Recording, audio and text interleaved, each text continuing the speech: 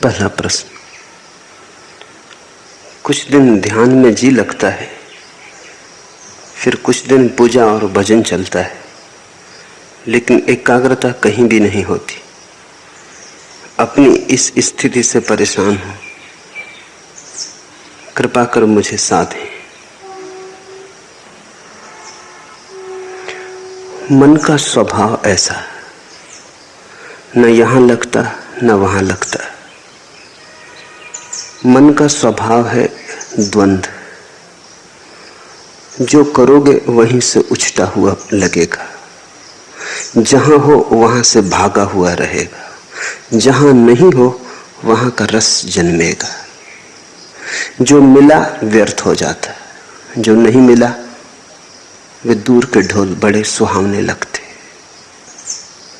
मन के स्वभाव को समझो।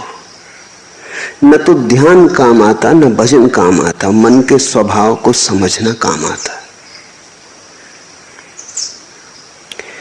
मन की ये प्रक्रिया है, पद मिल जाए तो असंतुष्ट, पद न मिले तो असंतुष्ट, पद न मिले तो पीड़ा, पद मिल जाए तो व्यर्थता का बोध।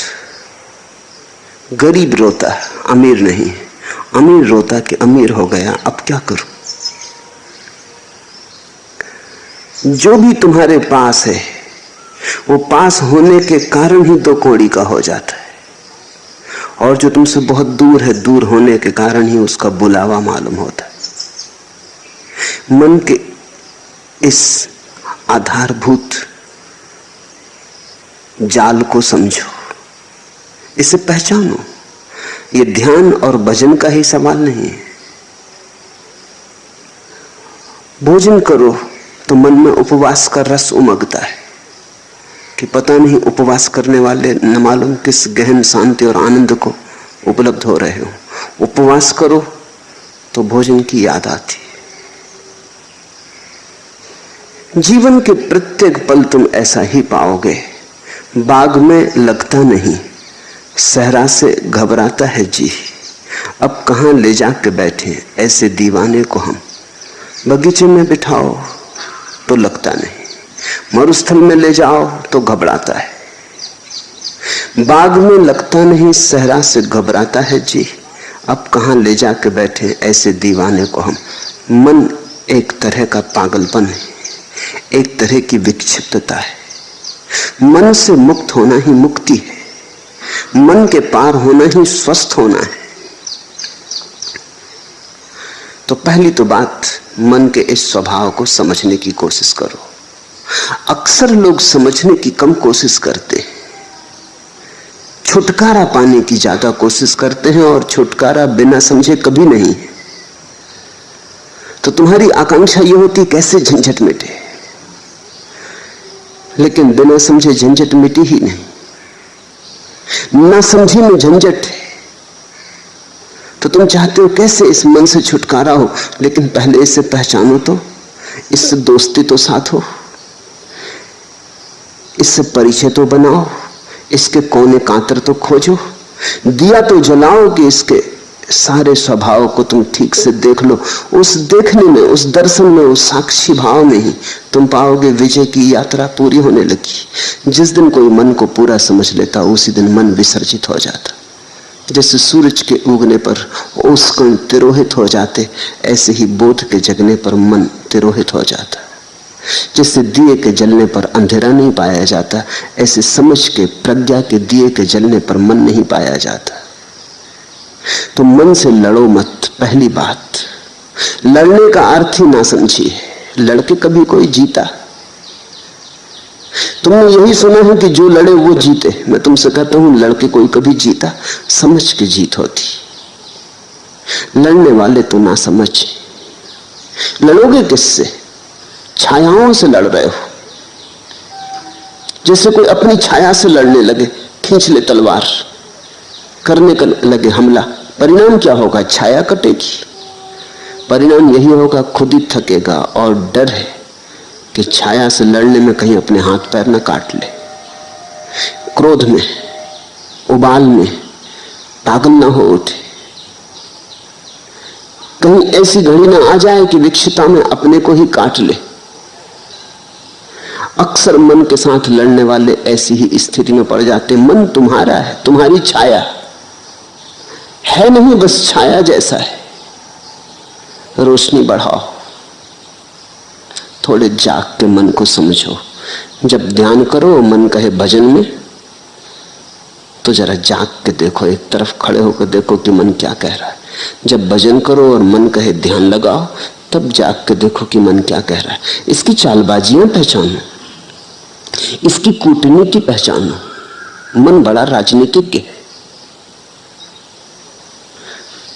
ये तुम्हें भटकाए रहता है, ये तुम्हें चलाए रहता है। और तुमने ध्यान करके भी देख लिया, वहां भी नहीं लगा, और तुमने भजन करके भी देख लिया, वहां भी नहीं लगा। तो अब ये तो समझो कि मन कहीं लगेगा ही नहीं। मन का लगना धर्म नहीं, न लगना मन की आदत है। कहीं लगता नहीं, जो नहीं लगता वही मन है। तो अब जब मन तुमसे कहे कि ध्यान करो, क्या भजन में पड़े हो, तो जाग के देखना कि ये फिर वही मन जो कहीं नहीं लगता, भजन में भी नहीं लगा था। तब इसने कहा था ध्यान करो, अब कहता है भजन करो। पहले कहा संसार में उलझे रहो, फिर कहा संन्यास ले लो। अब संन्यास में भी नहीं लगता, कहता है संसार में लौट चलो। इस मन को जरा देखना। कुछ करने की बात नहीं है, सिर्फ शांत भाव से देखना। तुम्हारे देखने में ही तुम पाओगे मन गिरने लगा, तुम पर उसकी पकड़ जाने लगी, तुम पर पकड़ छूट जाए, तुम थोड़े शिथिल हो जाओ मन के पास से, तुम थोड़े बाहर सरकने लगो। न तो ध्यान से घटती है बात, न भजन से घटती है, समझ से। इसलिए समस्त धर्मों का सार है जागरूकता। प्रश्नकर्ता पूछता है एकाग्रता नहीं बनती, एकाग्रता की खोज ही गलत है, जागरूकता खोजो। एकाग्रता की खोज तो फिर मन के ही सिक्कों में फंसे। ये मन ही है जो कहता है एकाग्र बनो, ये तुम्हें असंभव चीजें करने को देता है, फिर वो नहीं होती तो तुम हारे थके परेशान हो जाते हो। एकाग्रता की कोई जरूरत ही नहीं है। थोड़ा जीवन की गणित की व्यवस्था के सूत्र समझने चाहिए। पहला सूत्र, जब भी मन नहीं होता तब तुम एकाग्र होते हो। कभी अपने काम में पूरे संलग्न, चाहे बुहारी लगा रहे हो घर में, लेकिन पूरे संलग्न, अचानक तुम पाते हो मन नहीं। संगीत सुनते संलग्न, मन नहीं है। चित्र बनाते, किसी भी घड़ी जब तुम पाते हो कि मन नहीं है, तुम ही हो, तो एकाग्रता अपने आप घटती है। एकाग्रता घटाई नहीं जा सकती। एकाग्रता मन की तन्मयता का परिणाम है। जब मन डूबा होता है तब तुम एकाग्र होते हो, जब मन उभर आता है तब तुम अनेकाग्र हो जाते हो। मन तुम्हें अनेक में बांट देता है, खंड खंड कर देता है। अब तुम चेष्टा कर रहे हो एकाग्र होने की। एकाग्र होने की चेष्टा और झंझट लाएगी, क्योंकि करोगे किससे चेष्टा तुम एकाग्र होने की? मन से ही करोगे। सब चेष्टा मात्र मन से होती। अब तुम एक ऐसे काम में लगे हो जैसे कोई आदमी अपने जूते के बंद खींच खींच के खुद को उठाने की कोशिश करे। खुद को कैसे उठाओगे जूते के बंद खींच के? थोड़े बहुत उछल कूद लो, फिर बार बार जमीन पर पड़ जाओगे। ये असंभव चेष्टा है। मन कभी एकाग्र नहीं होता। जब एकाग्रता होती तो मन नहीं होता। तो तुम मन के द्वारा एकाग्र होने की चेष्टा ही छोड़ो। तुम तो छोटे छोटे कामों में रस लो। रस का परिणाम है एकाग्रता। बुहारी लगाओ तो ऐसे लगाओ जैसे भगवान के मंदिर में लगा रहे हो, चाहे घर तुम्हारा ही हो, है तो भगवान का ही मंदिर। भोजन करो तो ऐसे ही करो जैसे भगवान को ही भोग लगा रहे हो। भोजन तो तुम ही कर रहे हो, लेकिन अंततः तो भगवान को ही लग रहा है भोज। वही तो तुम्हारे भीतर आके भूख बना, उसी में तो तुम्हारी भूख जगाई। वही तो तुम्हारे भीतर भूखा है, उसके लिए ही तो तुम भोजन दे रहे हो। रस जगाओ, एकाग्रता की बात मत उठाओ। रस का सहज परिणाम एकाग्रता है। जो करते हो उसे रसपूर्ण ढंग से करो, उसमें डुबकी लो। छोटे और बड़े काम नहीं है दुनिया में, जिस काम में तुम डुबकी ले लो वही बड़ा हो जाता है। बुहारी लगाने में डूब जाओ वही बड़ा हो जाता है। कबीर कहते हैं, खाऊं पीऊं सो सेवा, उठूं बैठूं सो परिक्रमा। मेरा उठना बैठना उस परमात्मा की परिक्रमा है, और जो मैं खाता पीता हूं यही उसकी सेवा है। रस, मेरे देखे अधिक लोगों के जीवन का कष्ट यही है कि वो जीवन में कहीं भी रस नहीं ले रहे। जो भी कर रहे हैं बेमन से कर रहे हैं क्योंकि करना है, खींच रहे हैं। जैसे बैलगाड़ी में जुते बैल, ऐसा जीवन को खींच रहे हैं, नाचते हुए, उमंग से भरे हुए नहीं। अगर तुम कोई ऐसे काम में लगे हो जिसमें तुम रस ले ही नहीं सकते तो बदलो वो काम। कोई काम जीवन से ज्यादा मूल्यवान नहीं। अक्सर ऐसा हुआ है, हो रहा है कि लोग ऐसे काम में उलझे हैं जो उनमें रस नहीं जगाता। किसी को कवि होना था, वो जूते बेच रहा है, बाटा की दुकान पे बैठा है, और जिसको बाटा की दुकान पे बैठ रहा था वो कविता कर रहा है, तो उसकी कविता में जूते की पालस की गंध आती, आएगी ही। लोग वहां हैं जहां उन्हें नहीं होना था, और ये विकृति के कारण है क्योंकि तुमने कभी अपने सहज भाव को तो खोजा नहीं। किसी के पिता ने कहा कि दुकान करो, इसमें ज्यादा लाभ है। किसी के पिता ने कहा डॉक्टर बन जाओ। किसी की मां को ख्याल था बेटा इंजीनियर बने। परिवार को धुन थी कि बेटा नेता बने। तो सब धक्का दे रहे हैं एक दूसरे को कि ये बन जाओ, वो बन जाओ। कोई ये नहीं पूछता कि ये बेटा क्या बनने को पैदा हुआ है। इससे भी तो पूछो, थोड़े इसके हृदय को भी तो टटोलो। तो फिर लोग गलत जगहों पर पहुंच जाते। एक बहुत बड़ा सर्जन जिसकी सारे जगत में ख्याति थी, जब 60 वर्ष का हुआ और उसकी 60वीं वर्षगांठ मनाई गई तो सारे दुनिया से उसके मित्र इकट्ठे हुए, उसके मरीज इकट्ठे हुए, और उन्होंने उसका बड़ा स्वागत किया। लेकिन वो बड़ा उदास था। उसके स्वागत में नृत्य का आयोजन किया गया था। तो जब लोग नृत्य करने लगे और वो सर्जन देखता रहा तो उसकी आंख से आंसू टपकने लगे। तो उसके पास बैठे उसके मित्र ने पूछा, क्या मामला है? हम सब तुम्हारी वर्षगांठ पे इकट्ठे हुए प्रसन्नता से, ये नृत्य तुम्हारे स्वागत में होता, तुम रोते क्यों हो? तुम्हारी आंख में आंसू क्यों हो? तुम किस पीड़ा से भीग गए हो? उसने आंसू पोंछ लिए। उसने कहा कि नहीं, वो कोई बात नहीं। पर मित्र ने जिद की, कहा कि क्या तुम्हें कोई जीवन में विफलता मिली? तुम जैसा सफल आदमी नहीं, तुमने जो ऑपरेशन किया सफल हुआ। तुम्हारे जैसा कुशल सर्जन दुनिया में नहीं, फिर क्या? लेकिन उसने कहा, मैं कभी सर्जन होना ही नहीं चाहता था। मेरा दिल तो एक नर्तक होने का था। आज नाच को देख के मैं रो उठा। मैं छोटा मोटा नर्तक होता, कोई मुझे ना जानता तो भी मेरी तृप्ति होती। आज मैं दुनिया का सबसे बड़ा सर्जन, लेकिन मेरी कोई तृप्ति नहीं। मेरी नियति ही मुझे न मिली।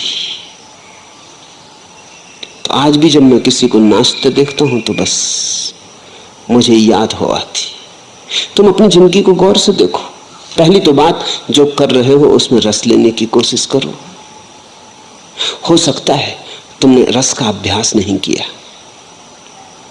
तुम्हें किसी ने सिखाया ही नहीं कि रस का अभ्यास कैसे करना। रस के अभ्यास का पहला सिद्धांत है कि जो भी कर रहे हो इसका परिणाम मूल्यवान नहीं है। तुम्हें यही सिखाया गया कि परिणाम मूल्यवान है। तुम करते हो उससे 10 रुपए मिलेंगे कि 1000 रुपए कि लाख रुपए मिलेंगे। लाख रुपए में मूल्य है, परिणाम में मूल्य है। रस का सिद्धांत है, जो तुम कर रहे हो वो अपने आप में मूल्य है, अंतर्निहित है मूल्य। 1000 मिलेंगे 10,000 मिलेंगे वो बात गौण है। करने में जो डुबकी लगेगी वही बात महत्वपूर्ण है। अगर डूब गए तो मिल गए करोड़ों, अगर न डूबे करोड़ों भी मिले तो कुछ भी न मिला। वो समय व्यर्थ गया जो बिना डूबे गया। वो दिन व्यर्थ ही बीते जो बिना डूबे बीते। जब रस धारने बही तो तुम जिए न जिए बराबर। रस विमुग्धता में ही जीवन है। तो पहली तो बात, जो कर रहे हो, तुमसे नहीं कहता कि जल्दी बदलने में लग जाना, क्योंकि हो सकता है तुम अपना काम भी बदल लो और रस ना आए, क्योंकि रस आने की तुम्हारी आदत ही ना रही हो, तुमने रस बनाने की बात ही ना बनाई हो। तो पहले तो जो कर रहे हो उसमें रस लेने की कोशिश करना। 100 में 50 मौके तो ऐसे हैं कि तुम उसी में रस ले पाओगे। रस लेते ही एकाग्रता हो जाएगी। देखा, स्कूल में छोटे बच्चे पढ़ते, बाहर चिड़िया गुनगुनाने लगी गीत, बच्चा एक टक होकर सुनने लगता है, शिक्षक डंडा पीटता है टेबल पर कि यहां ध्यान दो, एकाग्रता करो। एकाग्रता बच्चा कर ही रहा है, मगर शिक्षक में नहीं कर रहा, ये बात सच है। ये ब्लैक बोर्ड पे नहीं कर रहा, ब्लैक बोर्ड पे लिखे अक्षरों पे नहीं कर रहा। लड़का तो एकाग्रता कर ही रहा है, एकाग्रता तो हो ही रही। वो जो चिड़िया गीत गा रही वो उसे सुन रहा है। शिक्षक कहता एकाग्रता करो, मन को ऐसा विचलित मत करो। बात बिल्कुल गलत कह रहा है शिक्षक। शिक्षक उसके मन को विचलित करने की कोशिश कर रहा है। वो एकाग्र है। अगर कोई बाधा न दे तो ये सारा संसार थोड़ी देर के लिए मिट जाएगा। वो चिड़िया की गुनगुनाहट होगी, उसका गीत होगा, इस बच्चे की भावदशा होगी, और ये एक बात सीख लेगा, रस की। रस चूंकि उसे चिड़िया के गीत में आ रहा है, इसलिए एकाग्र हो गया है। उसी कक्षा में ऐसे बच्चे भी होंगे जिन्हें रस गणित के सवाल में आ रहा है, वो वहां एकाग्र हो गए। हमें लोगों को एकाग्रता नहीं सिखानी चाहिए, उनका रस देखकर उन्हें दिशा देनी चाहिए। जो बच्चा गणित को सुन के एकाग्र हो गया, बाहर भौंकते कुत्ते, लड़ती बिल्लियां, गीत गाती चिड़ियां, रास्ते पे बैठे मदारी की बीन कुछ नहीं सुनाई पड़ती, ये बच्चा आइंस्टीन होने को पैदा हुआ है। इसकी एकाग्रता ही खबर देती है। अब इस बच्चे से तुम कहो कि चिड़ियां गीत गा रही हैं, उन पे एकाग्रता करो, ये ना कर पाएगा, ये संभव नहीं होगा। हमें देखना चाहिए कि कहां हमारी एकाग्रता है, वही हमारा जीवन है। मगर आज अचानक जीवन बदलने का तुम्हारे हाथ में उपाय नहीं। आज तो पहचानने का भी उपाय नहीं कि कहां तुम्हारी एकाग्रता होती। तुम तो भूल ही गए, तुम्हारे जीवन की सारी व्यवस्था उल्टी सीधी हो गई है। दूसरों ने तुम्हें चला दिया, दूसरों ने तुम्हें मार्ग दे दिया, दूसरों ने तुम्हें दिशा और आदर्श दे दिए, तुम्हें पूरी तरह भरमा दिया है। पहले तो जो काम कर रहे हो उसमें रस लेने की आकांक्षा जगाओ। जो काम कर रहे हो उसे इतने भाव से करो, इतनी मगनता से करो कि उससे अतिरिक्त ऊर्जा बचे ही नहीं विघ्न बाधा डालने को। एकाग्रता का और क्या अर्थ होता है? एकाग्रता कोई जबरदस्ती थोड़ी है। एकाग्रता बड़ी स्वाभाविक घटना है। अब तुम यहां मुझे सुन रहे हो, जिनको मेरी बात में रस आ रहा है वो एकाग्र है। एकाग्रता कर थोड़ी रहे हो, एकाग्रता हो रही है, इसे समझने की कोशिश करो। तुम्हारे करने की थोड़ी बात है। तुम थोड़ी के बैठे हो सब मांसपेशियों को खींच के और आंखें मुझ पे गड़ा के और चेष्टा कर रहे हो कि एकाग्रता। ऐसी एकाग्रता करोगे तो तुम सुन ही नहीं पाओगे जो मैं कह रहा हूं। एकाग्रता सहज है, तुम्हें रस आ रहा है, उसी रस कारण तुम चल आए हो, उसी रस के कारण तुम रोज चलते आए हो, वही रस तुम्हें लाता रहा है। रस है तो एकाग्रता है, तो तुम रस को जगाओ, एकाग्रता की बात ही छोड़ दो। अगर रस जगे ही ना तो फिर समझो, फिर हिम्मत करो, साहस करो, बदलो उस व्यवस्था को जिसमें रस नहीं जगता। हो सकती है वो व्यवस्था तुम्हारे लिए नहीं। तो दरिद्र हो जाना बेहतर है समृद्ध होने की बजाय। सड़क का भिखारी हो जाना बेहतर है सम्राट होने की बजाय, अगर रस आ जाए, क्योंकि रस ही सम्राट बनाता है। तो कभी कभी तुम किसी भिखारी के चेहरे पर ऐसी आभा देखोगे जो सम्राटों के चेहरों पर नहीं दिखती। रस विमुग्ध है, वो अपने काम में लीन है। रथचाइल्ड ने अपनी आत्मकथा में लिखा है कि एक भिखारी आया, 5 बजे सुबह उसका दरवाजा खटखटाने लगा। वो बड़ा नाखुश हुआ। 5 बजे सुबह नींद से भरे उसको उठाया, वो बड़ा झल्लाता हुआ बाहर आया। ऐसे वो देना पसंद करता था, दान उसका रस था। लेकिन ये कोई वक्त है? तो उसने भिखारी को कहा, सुनो जी, ये कोई समय है? भिखारी ने कहा कि आप भी सुनो, आप बैंकिंग का धंधा करते हो, मैं कोई सलाह तो देता नहीं, ये हमारा धंधा है, इसमें हम सलाह किसी की मानते नहीं। रथचाइल्ड ने प्रकाश जलाया कि इस आदमी को देखना चाहिए जो दुनिया के बड़े से बड़े करोड़पति को कह सकता है कि सुनो, तुम बैंकिंग का धंधा करते हो, हम तुम्हें कभी सलाह देते नहीं, हमारी सलाह का कोई मतलब भी नहीं, क्योंकि हमें कोई अनुभव भी नहीं, तुम हमें सलाह मत दो, हम जन्मजात भिखारी। उस आदमी के चेहरे को देखा, वो बड़ा प्रसन्न आदमी था। रथचाइल्ड ने लिखा, मैं मंत्र मुक्त हो गया। ये हिम्मत भिखारी की नहीं, सम्राट की होती है। रथचाइल्ड को ऐसा कहना जिसके पास भीख मांगने आए कि चुप, सलाह मत देना, मेरे धंधे को मैं भली भांति जानता हूं। रथचाइल्ड ने उसे खूब दिया और कहा, मैं खुश हुआ इस बात से कि कोई आदमी अपने भिखमंगेपन की भी इतनी प्रतिष्ठा रखता है। कभी तुम्हें राह का भिखारी भी प्रसन्न मिल सकता है। प्रसन्नता का कोई संबंध इससे नहीं कि तुम्हारे पास क्या है, जो भी तुम्हारे पास है उसमें अगर रस है तो प्रसन्नता है। तुम अगर हाथ के भिक्षा पात्र को भी गीत गुनगुनाते हुए ढो रहे हो तो आनंद है, और तुम्हारे पीछे स्वर्ण रथ चल रहे हैं और तुम मुर्दा बुझे तो कुछ अर्थ नहीं है। एकाग्रता मत पूछो, यद्यपि तुम्हें यही सिखाया गया है स्कूल से लेकर विश्वविद्यालय तक, और तुम्हारे तथाकथित धर्म गुरु भी तुम्हें यही सिखाते हैं कि एकाग्रता। मैं तुमसे कहता हूं रसमग्नता, वो शब्द हटा दो, क्योंकि वो शब्द सीधा काम का ही नहीं है। एकाग्रता जरूर आती है मगर परिणाम की तरह आती। एकाग्रता साधन नहीं है, जहां रस लोगे वहीं घट जाती है, रस के पीछे बंधी चली आती, रस की छाया है। तो तुम कहीं भी रस लो, अगर मंदिर में रस ना आता हो फिक्र छोड़ो, फिर मंदिर में परमात्मा तुम्हारे लिए नहीं घटेगा। जहां रस ही नहीं हो वहां एकाग्रता नहीं होगी, एकाग्रता नहीं होगी परमात्मा कहां होने वाला है। अगर तुम्हें बांसुरी के गीत में रस आता है तो वहीं तुम्हारा परमात्मा तुम्हें मिलेगा। अगर नर्तक की पायलों में तुम्हें रस आता है तो तुम्हारा परमात्मा वहीं नाचेगा। तुम्हारे परमात्मा की खोज तुम्हारे रस से ही तय होगी। रसो वैसा, उस परमात्मा का स्वभाव रस है। किसी शास्त्र ने नहीं कहा कि परमात्मा का स्वभाव एकाग्रता है। सच्चिदानंद वो रस की बात है। तुम्हें जहां आ जाए रस, जहां आ जाए आनंद, जहां उमंग उठे, जहां तुम खिल उठो, फिर वो कुछ भी हो, चाहे खेल हो तो प्रार्थना बन गई।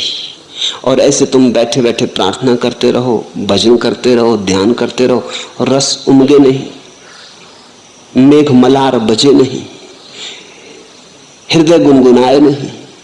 ऐसे तुम करते चले जाओ जबरदस्ती, यंत्रवत। करनी चाहिए कर्तव्य बस। लोग कहते हैं इससे रस मिलेगा इसलिए कर रहे हैं, नहीं। जहां रस मिलता है वही परमात्मा आता है। इसलिए मैं तुमसे कहता हूं कि मेरे पास तुम्हें देने के लिए कोई अनुशासन नहीं है, क्योंकि अनुशासन कोई भी होगा पराया होगा, दूसरे का होगा। तुम्हें अपना अनुशासन खोजना पड़ेगा। प्रत्येक व्यक्ति को अपना मार्ग खोजना पड़ेगा। मैं इशारे देता हूं, उन इशारों से तुम अपना मार्ग समझने की कोशिश करो। कबीर ज्ञान को भी उपलब्ध हो गए तो भी कपड़ा बुनते रहे, जुलाहापन उन्होंने छोड़ा नहीं। किसी ने पूछा कि अब तो आप बंद करें, कभी सुना नहीं कि कोई बुद्ध पुरुष और कपड़े बुनता रहा और जुलाहा बना रहा और बाजार में कपड़े बेचने जाता रहा, अब तो छोड़ो। लेकिन कहते हैं कबीर ने कहा इसी कपड़े के बुनने ने तो मुझे परमात्मा से मिला है, इसे कैसे छोड़ दूं? ये मेरी प्रार्थना, ये मेरी पूजा, ये मेरी अर्चना। झीनी झीनी बीनेरी चदरिया, वो जुलाहे का गीत है, कोई और दूसरा तो गा भी नहीं सकता। बुद्ध कैसे गाएंगे? बुद्ध ने कभी चदरिया बीने नहीं, उन्हें कुछ पता भी नहीं। महावीर कैसे गाएंगे? चदरिया थी वो भी छोड़ दी। उनसे तो पूछो कैसी छोड़ी रे चदरिया, तो बता सकते। लेकिन कबीर ने बुन बुन के पाया, वो ताने बाने चादर के बुनते बुनते उनका ध्यान फला, वहीं रस विमुक्त हुए। पर कैसे पाया उन्होंने? क्योंकि हमें बुद्ध की बात समझ में आ जाती है कि दूर बोधि वृक्ष के नीचे ध्यान में बैठे हुए, कि महावीर वनों में पर्वतों में एकांत में 12 वर्ष मौन में खड़े हुए। कबीर कपड़ा बुन बुन के पा लिए, रस से बुना होगा। कबीर कहते थे राम के लिए बुन रहा हूं। सभी ग्राहकों में न राम देखते थे। जब अपना कपड़ा बुन के वो काशी के बाजार में बेचने जाते, कोई मिल जाता रास्ते में, कहां जा रहे हो, तो वो कहते राम आए होंगे, उनको जरूरत है, कपड़ा बुन के लाया हूं, बड़ा बढ़िया बुना है, राम को देने जा रहा हूं। जब कोई ग्राहक उनसे कपड़ा खरीदता तो वो कहते संभाल के रखना राम, बड़ी मेहनत से बुना है, बड़े रस से बुना है, कपड़ा ही नहीं है, पीढ़ी दर पीढ़ी चले ऐसी मजबूती से बुना है। अपने प्राण उंडेले। तो जिसको ग्राहक में राम दिखाई पड़े, अब उसे किसी बोधि वृक्ष के नीचे जाने की जरूरत न रही। सभी लोग बोधि वृक्ष के नीचे जा भी नहीं सकते, और अच्छा है कि जाते नहीं तो बड़ी झंझट खड़ी हो जाए।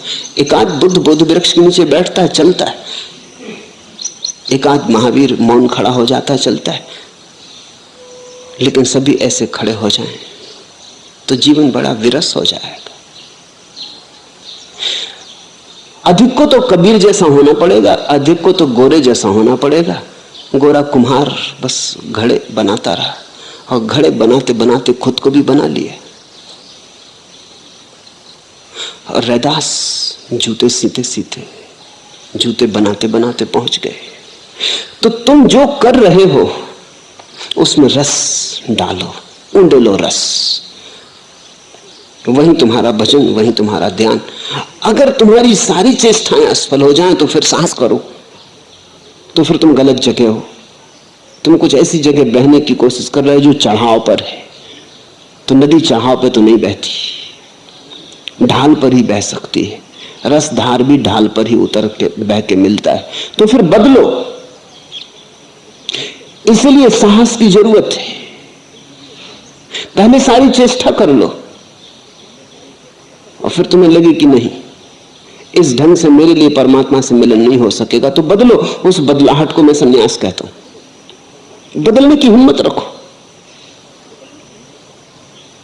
एक आदमी 40 साल तक लंदन के बाजार में दलाल का काम करता रहा, बड़ा सफल आदमी था, खूब कमाई थी, सब तरह का सुख था। किसी ने कभी सोचा भी नहीं था एक रात वो घर से नदारद हो गए। पत्नी भी भरोसा ना कर सकी, बेटे भी भरोसा ना कर सके, मित्र भी भरोसा ना कर सके, काम धंधे में जो लोग संबंध था वो भी भरोसा ना कर सके, क्योंकि न तो वो आदमी कभी किसी और स्त्री के संग में देखा गया था कि पत्नी सोच भी सके कि वो किसी स्त्री के साथ भाग गया, न उसके कोई धार्मिक रुझान थे कि वो कोई किसी जाके आश्रम में सन्यासी हो गया होगा, न कोई दुख था कि आत्महत्या कर ली होगी।